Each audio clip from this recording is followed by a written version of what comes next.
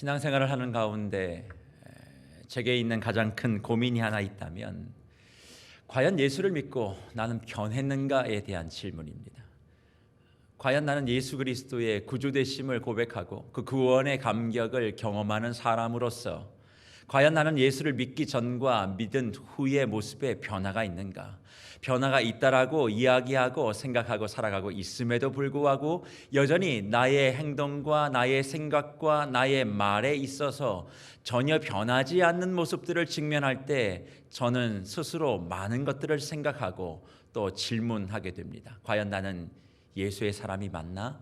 나는 예수의 구원을 경험한 사람이 맞는가? 나는 정말 성령님과 함께 동행하는 사람이 맞는가에 대한 그런 질문을 던지는 것이지요. 사실 이런 질문이 저의 질문이자 고민으로만 끝나겠습니까? 우리 성도님들은 어떠십니까? 지금까지 신앙생활에 오시면서 변하지 않는 나에 대하여 답답하신 적 없으십니까? 예수를 믿고 내가 신앙생활을 하고는 있는데 오늘 이 시간 온라인으로 예배를 드리고 있지만 이 온라인의 예배 자리 정말 잘 지키고 있는데 그럼에도 불구하고 변하지 아니하는 나의 모습에 인하여 힘들어하고 답답해하는 오늘 성도님들이 계신다면 오늘 우리에게 주어지는 이 말씀을 통하여 하나님이 나에게 주시는 그 음성들을 깊이 듣고 정말 예수 믿음으로 진정한 변화를 온전히 이루어갈 수 있는 자리에 저와 여러분들이 함께 쓰기를 간절히 주의 이름으로 축복합니다. 정말 어떻게 하면 하나님의 원하시는 사람다움 예수 그리스도의 구원과 진리와 사랑의 빛을 온전히 비추어낼 수 있는 무별로서의 그 빛남과 밝음을 유지할 수 있을까요? 이것은 학습한다고 돼서 되는 것이 아닙니다. 사실 우리 교회 가운데 또 성도님들 가운데 이 학습된 교인들이 생각보다 많이 있습니다. 그저 배운 대로 들은 대로만 할 뿐 진정한 내 삶의 변화, 그래서 가장 결정적인 순간, 중요한 순간에는 그 학습도 무용지물이 되어져서 이전의 본성이 그대로 드러나고 있는 사람들이 많음을 부인할 수 없습니다. 왜 그렇습니까? 오직 하나님 안에 변화되어진 삶, 진정한 구원의 삶은 성령 충만하지 않으면, 성령께서 친히 인도해 가시지 않으시면, 성령께서 내 모든 것들을 주관해 가지 않으시면 불가능한 일이기 때문에 그렇습니다. 어떤 학습과 어떤 교육이 나의 삶의 인생을 좌지우지하는 것이 아니라 성령의 능력과 성령의 함께 하심만이 나를 사로잡아 주실 때 진정한 구원의 변화와 기쁨을 맛볼 수 있다 성경이 말씀하기 때문에 그렇습니다. 그렇다면 이런 성령의 충만은 과연 어떻게 우리에게 주어지는 것일까요? 그것은 예수 그리스도의 말씀, 곧 하나님의 말씀인 성경을 믿는 것에부터 시작됨을 성경이 증거합니다. 특별히 예수님께서 십자가에 죽으시고 부활하시고 난 다음에 유언과도 같은 말씀 하나를 남기십니다. 우리가 잘 알고 있는 사도행전 1장 8절의 말씀이 그것이지요. 오직 성령이 너희에게 임하시면 너희가 권능을 받고 예루살렘과 온 유대와 사마리아와 땅끝까지 이르러 내 증인이 될 것이다 하셨던 이 말씀을 제자들에게 주십니다. 사실 성령이 임하고 권능을 받고 땅끝까지 이르러 내 증인이 될 것이다 하신 말씀은 유언과도 같이 남기신 마지막 말씀은 아니었습니다. 예수님께서 제자들과 함께 동행하는 그 모든 과정들 속에서 반드시 하나님이 아버지의 이름으로 성령을 너희에게 보내실 것이다. 그 성령이 너희에게 갈 것이다. 그 성령의 이름은 보혜사다. 그 성령이 너희와 함께하고 그 권능의 능력으로 말미암아 너희가 하나님 나라를 증거할 수 있는 사람으로 살아갈 것이다를 이미 수없이 말씀하셨고, 요한복음 14장 26절에서도 성령의 오심과 보내심을 명확하게 제자들에게 말씀해 주셨습니다. 그 말씀 이후에 십자가에 죽으시고 사흘 만에 부활하시고 나신 후 승천하시면서 주셨던 사도행전 1장 이 8절의 말씀을 제자들이 붙들고 그 말씀을 믿고 기도의 자리를 지킬 때에 성령이 강림하셨고 성령이 각 사람에게 충만하게 임했다. 그렇게 오늘 본문은 기록하고 있습니다. 예수님의 말씀을 믿었기 때문에, 그 말씀을 믿고 기다렸기 때문에, 믿고 기다리고 기도하였기 때문에 성령이 임했다 말씀하시는 것이지요. 하늘에 불과 같이 임하여 모든 사람보다 더 중요한 건 각 사람에게 임하여 성령의 충만한 역사가 이루어졌음을 증거합니다. 그러기에 성령의 충만의 출발은 하나님의 말씀에 대한 믿음입니다. 그리고 그 믿음이 내가 입으로 믿는다는 것으로 끝나는 것이 아니라 내가 말씀을 믿으면 그 말씀을 붙들고 기도의 자리에 서 있을 때, 앉아 있을 때 그 자리에 눈물을 떨어뜨릴 때 성령은 약속대로 오셔서 우리의 영혼 가운데 충만하게 임하게 되어지고, 그렇게 충만케 되어지는 것을 통하여 예수 믿지 아니하였던 이전의 본성과 구습은 다 정돈되어지고 진정한 예수 믿음의 변화를 체험할 수 있다. 그렇게 오늘 본문이 말씀하고 있는 것입니다. 그러기에 교회된 우리는, 또 교회된 우리가 함께 목양하고 살피는 이 목회는 하나님의 말씀을 듣고 그 말씀을 믿고 그 말씀대로 기도하는 것이 출발이며, 이것이 이루어질 때 우리 안에 성령의 놀라우신 능력이 나타날 수 있다. 그렇게 말씀합니다. 성령의 능력이 나타나지 않으면 어떤 일들이 벌어지는 줄 혹시 아십니까? 사람의 개인기와 사람의 이름이 나타나게 되어져 있습니다. 성령이 교회를 인도해 가고 성령이 내 영혼을 이끌어 가지 않으시면 사람의 생각과 사람의 판단이 교회를 목양하고 내 영혼을 이끌어 간다라고 말씀하시는 것이지요. 그러니 교회의 출발이 되어지는 예수님의 말씀 속에서도 이것이 분명하게 강조되고 있습니다. 우리가 잘 알고 있는 마태복음 16장 18절의 말씀이 그것이지요. 또 내가 내게 이르노니 너는 베드로라. 내가 이 반석 위에 내 교회를 세우리니 음부의 권세가 이기지 못할 것이다. 그렇게 말씀합니다. 제자들을 향하여 사람들이 나를 누구라고 부르냐, 어떻게 생각하느냐 물으셨을 때에 베드로가 이렇게 고백합니다. 마태복음 16장 16절에 주는 그리스도시요 살아계신 하나님의 아들입니다 라고 하는 그 고백을 주님이 들으시고 18절 우리가 읽었던 그 말씀 그대로 너희의 믿음 위에, 이 반석 위에 누구의 교회를 세운다고요? 내 교회를 세울 것이다. 그렇게 말씀하십니다. 내 교회란 예수님의 교회예요. 예수님이 주인된 교회, 예수님이 머리가 되는 교회, 그 교회를 세우시겠다 약속하신 겁니다.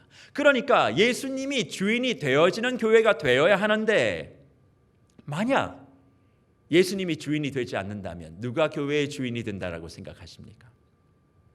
사람이 주인 되는 것입니다. 사람이 그 교회의 주인 되어져서 그 교회를 줬다 폈다 그렇게 한다라는 얘기예요. 그러니까 예수님께서 교회를 태동시킬 때에도 하셨던 말씀은 너희의 믿음 위에 나의 교회가 서야 해. 너희의 믿음은 예수 그리스도가 하나님의 아들 구주가 되신다는 사실, 예수 그리스도의 말씀이 하나님의 불변의 진리의 말씀인 것을 믿는 믿음의 반석 위에야만 내 교회가 설 수 있다. 내가 주인 되는 교회가 될 수 있고, 내가 역사하고 내가 이끌어가고 성령의 통치가 이루어지는 그런 교회, 그런 목회가 될 수 있다라고 말씀해 주고 계시는 겁니다. 그렇다면 오늘 온라인으로 참여하고 계시는 모든 세계로교회 성도님들께 담임 목사로서 저는 한 가지 질문을 꼭 드리고 싶습니다. 그렇다면 이 말씀에 의거하여 우리 세계로교회는 주님이 주인 되시는 교회입니까? 그리고 또 하나 질문을 드리고 싶습니다. 그렇다면 우리 교회는, 나의 영혼은 성령이 목회해 가시고 인도해 가시는 교회이며 영혼입니까? 지나왔던 한 해, 지나왔던 교회의 역사를 돌이켜 보십시오. 하나님의 말씀이 사람의 이름보다 앞섰는지, 우리의 눈물의 기도가 몇 사람의 생각보다 앞섰는지, 성령의 인도하심보다 언제나 성령의 역사하심을 늘 앞세우며 내세웠는지, 아니면 누군가 한 사람, 누군가 두 사람, 그 사람의 힘과 지혜만을 가지고 이 교회가 여기까지 왔는지를 한번 깊이 생각해 보시고 떠올려 보셨으면 좋겠어요. 저는 지금까지 우리 교회가 어떤 모습으로 어찌하여 여기까지 왔는지보다 더 중요한 건 오늘 이 자리가, 예수님이 이 교회의 주인 되심을 다시 한번 선언하고 그 예수 그리스도의 주인 된 자리에 혹시나 사람들이 있었다면 그 모든 사람들이 그 왕위에서 내려와 진정한 교회의 머리이자 왕이신 예수 그리스도의 영적 대관식이 이루어지는 복된 예배가 되기를 간절히 주의 이름으로 축복합니다. 성령께서 목회하시도록 사람의 자리도 잊지 못하지만 담임 목사인 저부터가 예수 그리스도의 그 왕자를 다 주님께 내어놓고 성령께서 친히 목회하시고 통치하시도록 그저 목사는, 그저 우리 모든 리더들은 말씀과 기도에 전념하는 사역을 감당하고 그럴 때만이 성령께서 우리의 영혼과 이 교회를 친히 인도하시고 약속하신 또 계획하신 그 모든 일들을 아름답게 이루어 주실 줄 믿습니다. 그러기에 이 모든 일들에 우리 성도님들이 마음을 모아주셔야만 합니다. 하나님의 말씀이 말씀됨을, 그리고 그 말씀의 믿음을 입술로 고백하는 것을 넘어 그 말씀을 붙들고 기도의 자리에 눈물의 자국을 떨어뜨릴 때 성령은 우리 교회 가운데, 영혼 가운데 임하셔서 그의 통치를, 그의 능력을, 그의 기적을, 그의 역사를 우리를 통해 나타내 보여주실 것입니다. 그렇다면 그렇게 성령의 충만함과 성령의 인도하심을 경험하는 그 교회는 어떤 변화를 이룰까요? 저는 올해의 마지막 송구영신 주일이자 2021년을 준비하는 오늘 이 복된 주일에 정말 하나님의 말씀과 기도로 성령의 충만을 경험한 사람들이 어떠한 변화를 이루어가고 있는지, 그 변화가 나의 변화가 되어져서 정말 교회를 향하여 하나님이 꿈꾸셨던 그 모든 일들이 우리를 통해 이루어질 것을 기대하고 그 모든 것에 마음을 모아봄으로 오늘 말씀을 시작해 보려고 합니다. 오늘 본문의 말씀 사도행전 2장은 성령 강림 사건, 특별히 우리가 오순절 다락방 성령 강림 사건으로 잘 알고 있는 내용이 기록되어져 있습니다. 그 성령이 약속대로 기도 가운데 120명의 마가 다락방에 모여있는 사람들에게 각각 임하십니다. 그리고 난 다음에 말씀을 의지하고 믿음으로 기도하는 그 가운데 약속하신 성령이 오셔서 나타난 반응, 나타난 변화를 첫 번째로 성경은 이와 같이 말합니다. 오늘 우리가 읽은 본문 4절의 말씀이지요. 그들이 다 성령의 충만함을 받고 성령이 말하게 하심을 따라 다른 언어들로 말하기를 시작하였다. 그렇게 말합니다. 성령의 충만함을 그들이 다 받았습니다. 여기서 말하는 그들은 마가의 다락방에 모였던 120명의 성도들을 이야기합니다. 그들은 그저 모인 것으로 끝나지 않았어요. 예수님의 말씀을 믿고 기다리며 기도했던 그들입니다. 그 120명이 다 성령의 충만함을 받았는데 그 다음에 나타나는 변화를 성경은 이렇게 말하지요. 성령이 말하게 하심을 따라 다른 언어로 말하기를 시작했다. 여기서 말하는 다른 언어는 외국어를 이야기를 합니다. 다른 나라의 말을 하기 시작했다는 거예요. 흔히 이것을 많은 사람들은 방언이라고 이야기를 합니다. 그러나 여기서 말하는 다른 언어는 성령 강림과 충만으로 인하여 우리에게 주어진 변화의 첫 번째 다른 언어로 말함은 우리가 일상적으로 통용하고 있는 방언 기도를 이야기하는 것이 아니에요.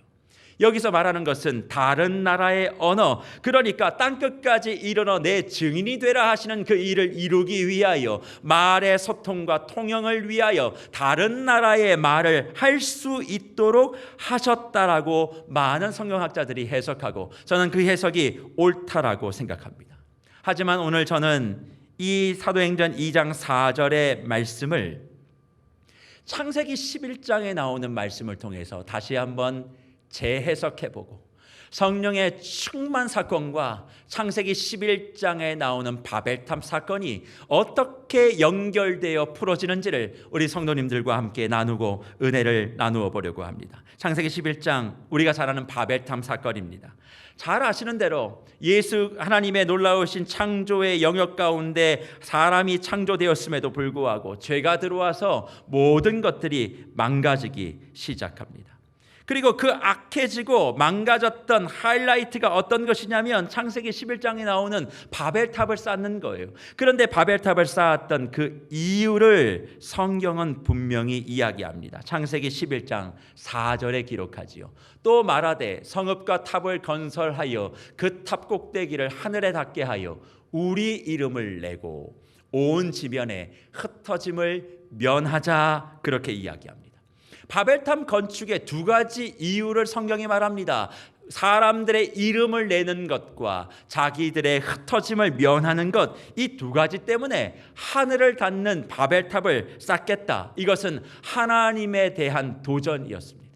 하나님의 이름과 하나님의 능력을 나타내라고 창조되어졌던 인간이 죄로 말미암아 이제는 하나님의 이름보다 나 자신의 이름을 내고 우리끼리 똘똘 뭉쳐서 하나님보다 더 큰 능력을 발휘할 수 있는 자리에 서겠다라고 하는 그 의지의 표현이 바로 창세기 11장에 등장하는 바벨탑을 건설하는 거였습니다.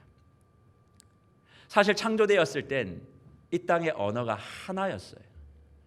그 하나의 언어로 모든 이들이 하나님을 찬양하고 찬송하고 하나님과 소통하며 서로 간에 사랑하며 그렇게 살아갈 것이 창조의 설계도였는데 죄로 인하여 그것이 무너지기 시작한 것입니다. 하나님을 찬양해야 될 그 입술로 말미암아 하나님을 싫어하는 일들을 계획하고 그것이 증거되어지니까 하나님이 그 모든 것을 바라보시며 이렇게 선택하셔요. 창세기 6장 7절입니다. 여호와께서 이르시되 이 무리가 한 족속이요 언어도 하나이므로 이같이 시작하였으니 이후로는 그 하고자 일을 막을 수 없으리라. 자, 우리가 내려가서 거기서 그들의 언어를 혼잡하게 하여 그들이 서로 알아듣지 못하게 하자 하시고 그렇게 말씀하세요. 그러니까 하나님이 언어를 주시면서 하나님을 찬양하고 하나님의 일들을 감당하게 하기 위하여 그렇게 창조해 두셨는데 사람들이 자기의 이름을 나타내고 하나님을 대적하고 그 악함의 하나의 언어됨을 사용하여 더 마음을 모으니까 하나님의 선택은 무엇이었냐면 그 언어를 흩어야겠다. 언어를 어지럽게 만들어서 흩어짐을 면하지 않기 위하여 흩어지지 않기 위하여 그들이 똘똘 뭉쳤으니 이제 그들을 좀 나눠야겠다, 흩어야겠다라고 말씀하시며 창세기 11장 6절과 7절에 그 일을 행하십니다. 그래서 우리가 잘 알고 있듯이 지금은 통역이 없으면, 내가 외국어를 잘 하지 않는 이상 통역이 없으면 서로 간의 말을 이해하지 못하는 상황이 지금 우리가 살고 있는 이 상황이고 그 출발은 창세기 11장 바벨탑 사건에 있다는 것을 본문이 이야기합니다. 그렇다면 이 바벨탑 사건을 머릿속에 담아두시고 다시 저와 함께 사도행전 2장 4절의 말씀으로 한번 이동해 보시겠습니까? 성령께서 강림하셔서 충만하셔서 나타났던 다른 언어를 말하기 시작한 사건, 조금 더 새로운 각도를 가지고 이 말씀을 해석할 수 있지 않겠습니까? 그것이 무엇일까요? 죄로 인하여 혼란스럽고 불통이 돼버린 언어가 성령이 강림하셔서 이제는 소통과 연합의 언어로 변화되었다는 것입니다. 바벨탑 사건으로 나누어진 그 사람들의 마음이 성령 강림과 충만함을 통하여 하나로 모아질 수 있는 단초가 제공되어졌고 하나님의 진노로 언어가 나뉘어졌던 것이 하나님의 임하심과 성령의 강림하심을 통하여 이제는 서로 소통할 수 있는 기적의 역사가 나타났음을 사도행전 2장 4절이 말씀해 준다는 것입니다. 한번 성도님들 생각해 보십시오. 성령이 임하시고 성령이 약속대로 오셨다면 당연히 성령 강림과 충만의 기적과 이적은 예수님이 그러셨듯 누군가 살아나야만 했었고 아픈 것이 고쳐져야만 했고 정말 일어나지 못하는 사람들이 일어나 걸어가야 하는 그런 이 기적과 이적이 나타나야 더 오를 것인데 오늘 본문은 성령 강림의 역사와 충만의 출발은 다른 언어, 곧 하나님의 나라의 복음을 증거하기에 필요한 영적인 소통이 이루어질 수 있는 언어를 말하게 함이 성령 충만함의 첫 증표였다라고 우리에게 말씀합니다. 그러기에 너무나 사랑하고 소중한 우리 세계로교회 모든 성도님들, 오늘 이 시간, 오늘 우리 모두는 이 본문을, 성령 강림의 이 기사를, 기록을 어떤 기적과 은사적인 측면으로 바라볼 것이 아니라 언어와 소통의 측면으로 바라보아야만 합니다. 무엇보다 바벨탑 사건을 통하여 하나님 앞에 득죄했던 사람들의 욕심과 욕망, 하나님보다 자기 이름이 더 드러나기를 원했던 그 죄의 출발, 그로 말미암아 모든 사람들의 마음이 불통이 되어졌던 것을 기억한다면, 이제 성령이 강림하셔서 성령이 우리 안에 충만하게 역사하셔서 이제는 하나님의 이름과 하나님의 복음과 하나님의 영광만을 위하여 내 언어와 내 말이 사용되어져야 하는 시대가 열렸음을 성경이 기록하고 있음에 주목해 보실 필요가 있습니다. 말씀을 믿음으로 기다렸습니다. 그리고 그 믿음의 표현이 기도였습니다. 그래서 오순절 마가다락방 성령 강림의 놀라운 역사가 이루어졌고, 각 사람이 성령의 충만함을 경험하자마자 나타났던 역사는 성령의 말하게 하심을 따라 다른 언어를 말하였다. 내 생각과 내 감정과 내 욕심대로 말한 것이 아니라 성령의 말하게 하심을 따라 다른 언어. 소통이 되지 않았지만, 지금까지는 아무런 말도 서로 통하지 않았지만, 이제는 서로 말이 통하여지고 마음이 통하여지고 의미가 통하여졌던 그 역사가 일어나게 되었음을 우리에게 말씀해 주는 것이지요. 그러기에 우리 모든 세계로교회 성도님들은 말씀을 믿음으로 받아들여야 하고, 말씀을 믿음으로 받아들인다 하면 그 믿음으로 받아들이는 그 자리에 기도의 끈을 놓지 아니하므로 성령이 인도하시는 삶에 우리가 분명히 서 있어야 될 줄 믿습니다. 그리고 그렇게 말씀과 믿음의 기도를 올려드리는 사람에게 성령이 역사하신다면 반드시 그 사람에게는 언어의 변화가 있을 수밖에 없어요. 그래서 성도님들, 정말 내가 말씀을 믿고 그 말씀을 붙들고 기도하며 성령의 인도하심을 받고 있는다면 내 말이, 내 말투가 변화되어지는 것을 경험하게 되실 것입니다. 정말 성령이 내 안에 함께 하신다면, 이전에는 나를 위하여, 내 이익을 위하여 앞과 뒤가 다른 말도 한 적이 있습니다. 이곳저곳에 그저 말을 흘리면서 정말 사람들의 마음에 상처 줬던 적도 있습니다. 내가 원하는 걸 얻기 위하여 앞과 뒤가 전혀 다른 그런 말도 했던 적도 있습니다. 그러나 내가 정말 성령 안에 믿음으로 기도의 자리를 굳건히 지킨다면 그런 언어의 나쁜 습관들은 다 정돈이 되어지고, 이제는 나의 입술은 성령이 하게 하시는 말만, 성령께서 내 입술을 열어 고백하라고 하시는 그 말씀 위에 내 입술에 담지 아니하는 삶을 살게 된다, 성경이 말씀하시는 것이지요. 그저 내 입술이 성령의 통치에 반응하는 것입니다.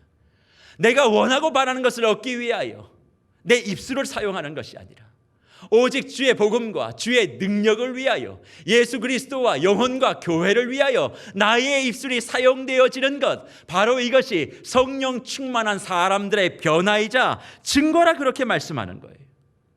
내가 예수를 믿고 수많은 사역들을 감당했다함에도 불구하고 여전히 내 입술에 성령이 말하게 하시는 것 외에 다른 것을 두고 있다면 정말 내가 주님과 함께하는 사람인지에 대한 두려움들을 가지셔야 된다라고 저는 생각합니다. 만약 그런 언어의 습관과 언어의 태도가 내게 있다면 나는 성령과 무관한 사람일 수 있다. 나는 예수 그리스도의 구원과 조금 그 구원의 기쁨을 마음껏 누릴 수 있는 사람이 아니라는 것을 기억하고 두려움으로 오늘 이 말씀 앞에 모두가 서 있어야 될 줄 믿습니다. 그래서 사도행전 1장 8절의 말씀을 다시 한번 읽어볼까요? 오직 성령이 너희에게 임하시면 너희가 권능을 받고 예루살렘과 온 유대와 사마리아와 땅끝까지 이르러 내 증인이 되라 하셨던 이 말씀, 성령의 권능이란 다른 것이 아니라 내 입술과 내 말을 통하여 성령이 말하게 하는 것만 말하는 거예요. 성령의 통치를 통하여 내 입술을 열어 누군가에 대한 흠과 누군가에 대한 비난과 누군가에 대한 비판만 이루어지는 것이 아니라 내 입술을 열어 하나님의 나라의 복음만을, 예수 그리스도의 사랑만을, 누군가 지쳐있고 무너졌고 쓰러져 있을 때 그 사람을 일으켜낼 수 있는 회복과 치유의 도구로 내 입술이, 내 언어가 사용되어질 때에 그 사람이 성령님과 함께하는 사람이며 성령의 충만함을 경험한 사람이며 성령이 이끄시는 그 목회에 동참하고 있는 사람이라고 할 수 있겠습니다. 그런 차원에서 저와 성도님들이 지금 하고 있는 이 모든 말과 언어의 태도는 과연 성령의 함께하심과 충만 속에서 증거되어지고 있는 말씀일까요? 정말 내가 입술을 열어 그분이 하라고 하는 이야기만을 내 입술 속에 담고 있는지를 잘 한번 정돈해 보셨으면 좋겠습니다. 나의 말 하나가 교회와 복음의 영광을 가리고 있다면, 나의 말 하나가 누군가의 영혼을 상하게 만들고 있다면, 나의 말투 하나가 더욱더 하나님의 나라와 복음의 사역을 혼란하게 하고 혼탁하게 하고 있다면 우리는 결코 성령의 사람이라고, 성령이 주인 되어지고 성령의 통치를 받은 사람이라고 할 수 없을 것입니다. 그러기에 정말 내가 성령 안의 삶을 살아가는 사람으로서의 변화를 매일 체험하고 싶으시다면 지금까지 해왔던 바벨탑 언어를 정돈하셔야만 합니다. 정말 내가 내 이름과 나의 유익을 위하여 뱉었던 모든 말, 내 마음의 감정과 내 마음이 시원하기 위하여 뱉었던 모든 말들, 그런 언어 생활들은 다 바벨탑 언어예요. 그 바벨탑 언어를 정돈하지 않고서는 성령 충만한 사람의 변화를 누릴 수가 없고 성령의 권능을 체험할 수 없으며 성령의 권능이 없이는 땅끝까지 이르러 증인될 수 있는 이 사명을 감당할 수 없다는 것이죠. 교회의 목적이 무엇입니까? 증인된 삶을 감당하는 거 아닙니까? 땅끝까지 이르러 예수 그리스도의 구주되심을 증거하는 삶을 살기 위하여 오늘도 우리가 예배의 자리를 지키고 이렇게 주님 앞에 기도하며 교회의 모든 사역에 마음을 모으는 것이 아니겠습니까?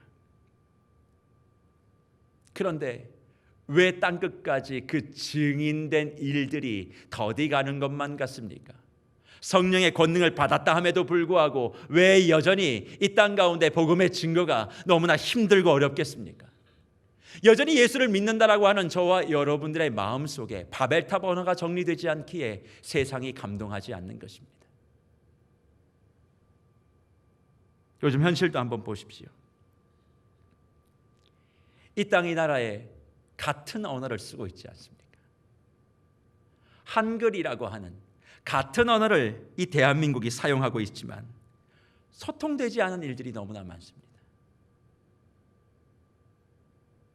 대한민국의 근현대사를 한번 살펴보십시오. 이념 때문에 소통이 되지 않았고 지역 때문에 소통이 되지 않았습니다. 이제는 세대 간에 소통이 되지 아니하고 있는 그 시간들을 지내왔고 코로나19로 인하여 이제는 예수 그리스도를 믿는 사람과 믿지 않는 사람들 사이에 소통이 전혀 이루어지지 않고 오히려 불통과 불신이 더 심화되어지는 현장을 목격하고 있습니다. 그런 소식들을 매일 들으면서 제 마음이 무겁고 또 그것을 듣는 여러분의 마음도 많이 위축됐을 것이라 그렇게 생각합니다. 그렇다면 이런 장벽들 앞에서 교회됨의 증거의 삶을 포기하고 우리만 좋으면 돼, 나하고 코드가 맞고 나하고 편한 사람들만 그렇게 잘 지내면 돼 라고 하는 마음을 갖는다면 주님이 그것을 보시고 기뻐하실까요? 저는 그렇다고 생각하지 않습니다. 사도행전 시대에 하나님이 복음의 언어를 성령 강림과 충만을 통해서 그렇게 하나님의 말씀을 믿고 기다렸던 120명 각자에게 주시면서 요청하셨던 건 복음의 모든 불통의 장벽을 돌파하라고 하나님께서 다른 나라의 언어를 주시면서 성령 안에 임하게, 성령의 충만함 가운데 성령의 말하게 한 말을 이야기하면 그 모든 것이 돌파될 수 있음을 약속하셨다라고 생각합니다. 그렇기에 우리의 삶을 성령께 내어드리고 나의 입술과 나의 말을 성령이 말하는 바대로만 내어놓으면 주님께서는 모든 것들 가운데 임하셔서 불통을 소통으로, 모든 높이 서 있는 장벽을 무너뜨리시며 예수 그리스도의 말씀의 능력, 사랑의 능력을 통하여 이 세상을 품어 안으시고 계획하신 하나님의 나라를 이 땅 가운데 온전히 세워주실 줄 믿습니다. 그러기에 세계로 교회가 저와 함께 새로운 목회를 꿈꾸며 해야 될 일은 다른 것이 아닙니다. 첫 번째로는 하나님의 말씀을 바르게 알고 그 말씀을 배우며 그 말씀을 그대로 우리의 삶에 실천하는 것, 그리고 그 말씀의 실천과 믿음의 실천은 다른 것이 아니라 그 약속의 말씀을 붙들고 기도의 자리를 지키는 것입니다. 저는 지금 온라인으로 예배하는 모든 주의 성도님들의 장막이 기도의 처소가 되어지고 말씀을 배우는 은혜의 자리가 되기를 축원합니다. 그렇게 되어질 때 성령께서 함께하여 주셔서 우리의 삶에 말할 바를 넣어주시고 그것의 통로로서 하나님이 말씀하게 하시는 그 구원의 나팔로서 저와 여러분들이 사용될 수 있기 때문에 그렇습니다. 그래서 내년부터 세계로 교회가 준비하고 있는 말씀의 통독이 그런 것을 제공하는 것이고, 오늘 광고를 통해 말씀을 드릴 중보기도가 바로 이 성령 강림과 충만함을 시작하는 첫 번째 조건이 된다 생각하기에 저는 모든 성도님들이 마음을 모아 이 일에 동참해 주시기를 간절히 소망합니다. 여건도 되지 않을 수 있습니다.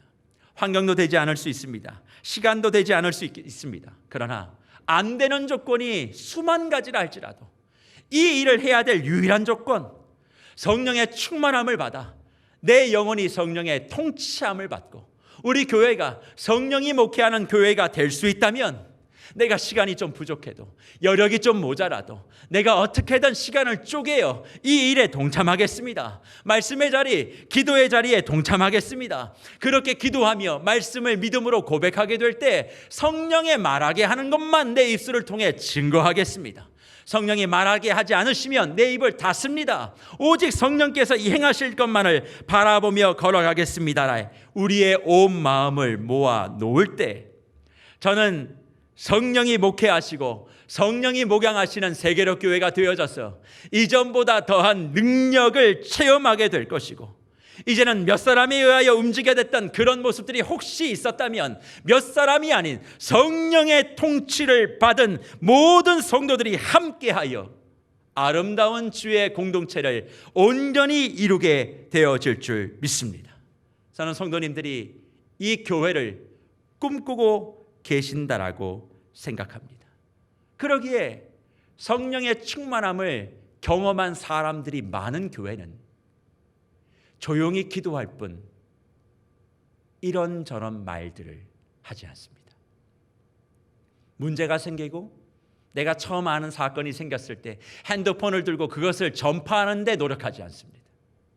아픈 이야기, 힘든 이야기가 내 귀에 들려오면 주님이 이것을 놓고 기도하는 사람으로 나를 먼저 선택하셨다라고 감사하고 조용히 골방에 들어가 그 사람을 위해, 그 문제를 위해, 그 사건을 위해 기도할 뿐 주님이 말하기 전엔 절대로 그것을 소문내지 않습니다. 그런데 성령이 충만하지 않은 교회가 나타난 특징이 뭔 줄 아십니까? 하나님의 말씀 외에 소문이 허다합니다. 이루어지지 아니하는 말까지 다 퍼져나가는 교회, 성령이 함께하지 않는다는 증거의 교회입니다. 저는 세계로 교회가 그런 교회가 되지 않기를 바랍니다.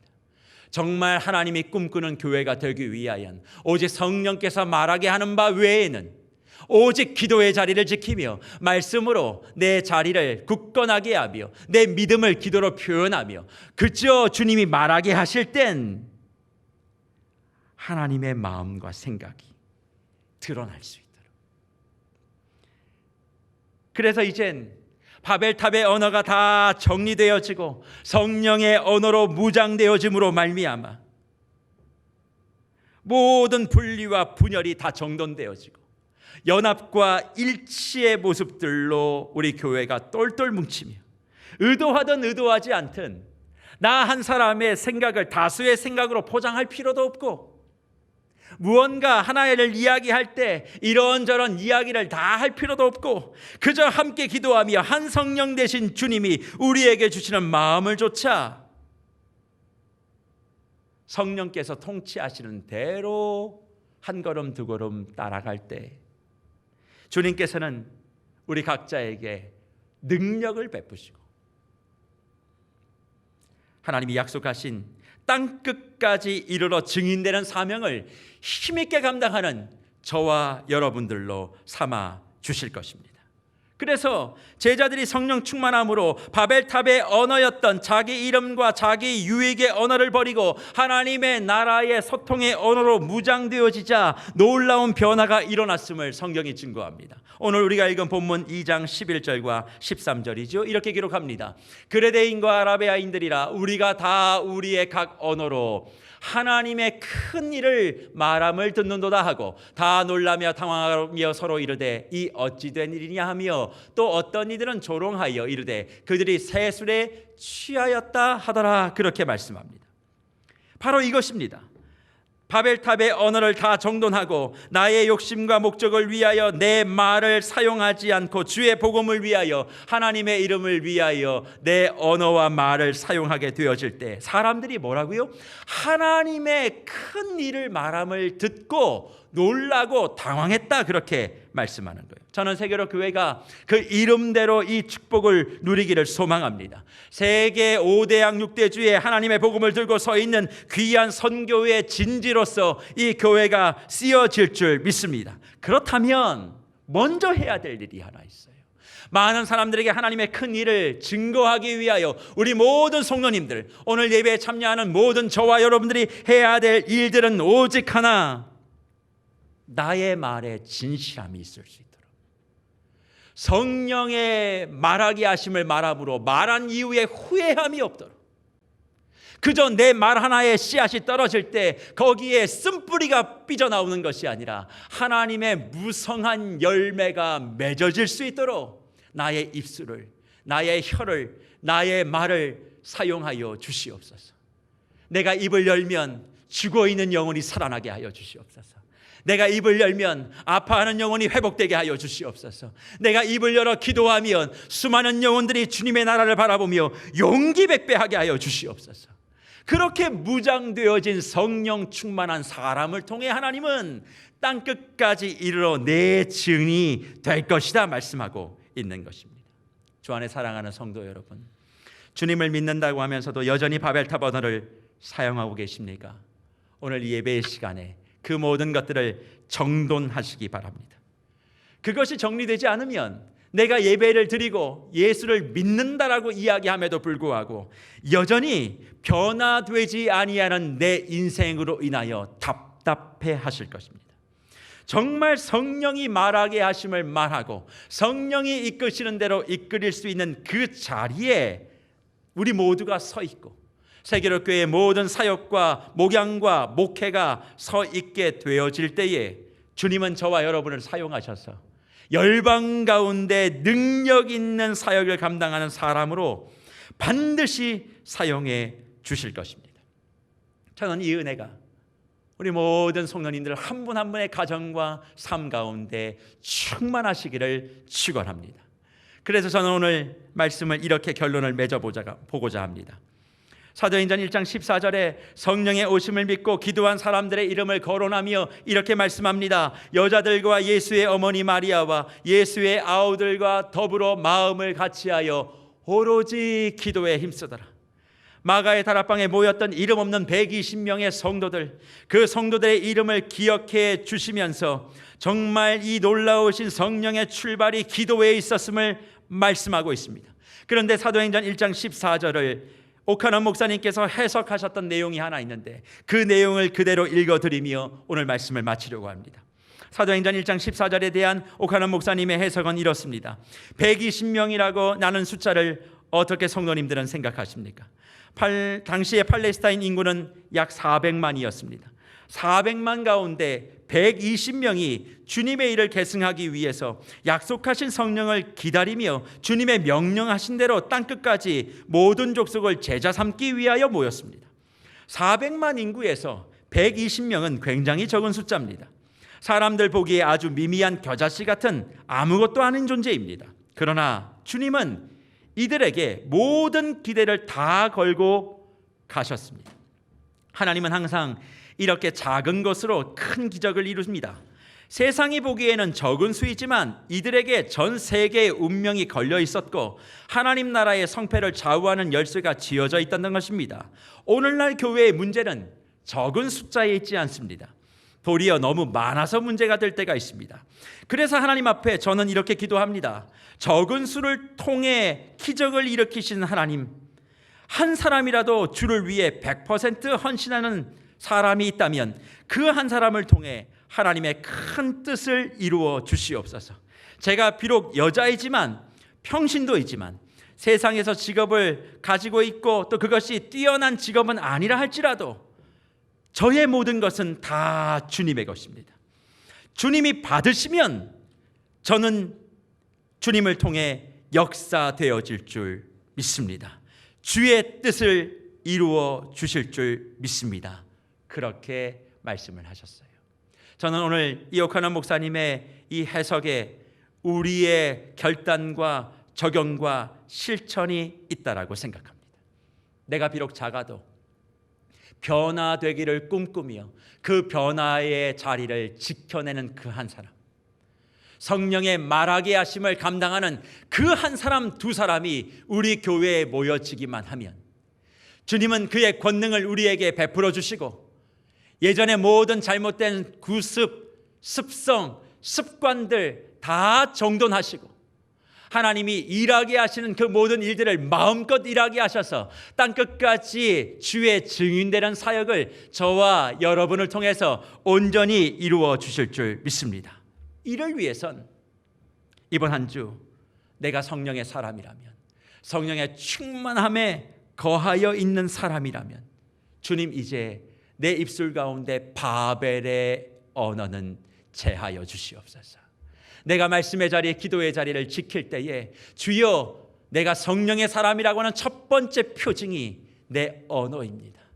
이제는 정말 교회 가운데 스피커의 역할은 그만하게 하시고 주님 이제는 성령의 사람이 되어 모든 말과 소문을 흡수하는 블랙홀 되게 하시고 이제 그것을 가지고 내 기도의 골방에 들어가 주님과 깊이 소통할 때 주님이 나에게 권능 주셔서 세상의 모든 장벽들을 정돈하고 모든 불통들을 다 소통하게 하는 은혜의 도구로 우리 모두가 쓰여져서 하나님 나라의 귀한 일들을 아름답게 감당하는 우리 모든 주의 권속들 되기를 간절히 주의 이름으로 축복합니다. 특별히 2020년을 마무리하는 이번 한 주, 성령께서 지난 한 해들을 돌아보게 하시며 어떻게 나를 인도해 가셨는지, 또 나에게 무엇을 말씀하셨는지, 내가 놓친 것이 있다면 다시 말씀의 자리에, 기도의 자리에 앉으셔서 주님이 말씀하시는 그 음성을 듣고 내 혀에 바벨의 실수가 있었다면 하나님 앞에 회개하며 주의 은혜를 구하며 다시 한번 서 있을 때 나의 영혼과 나의 가정과 나의 교회의 주인 되신 성령께서 저와 여러분에게 권능을 베푸시고 가장 좋은 길로 우리 모두의 길들을 인도해 주실 줄 믿습니다. 내 영혼을 온전히 주님 앞에 올려드리고 하나님이 통치하실 만한 사람으로 아름답게 서가시는 2020년 마지막 주가 되시기를 간절히 주의 이름으로 축원합니다.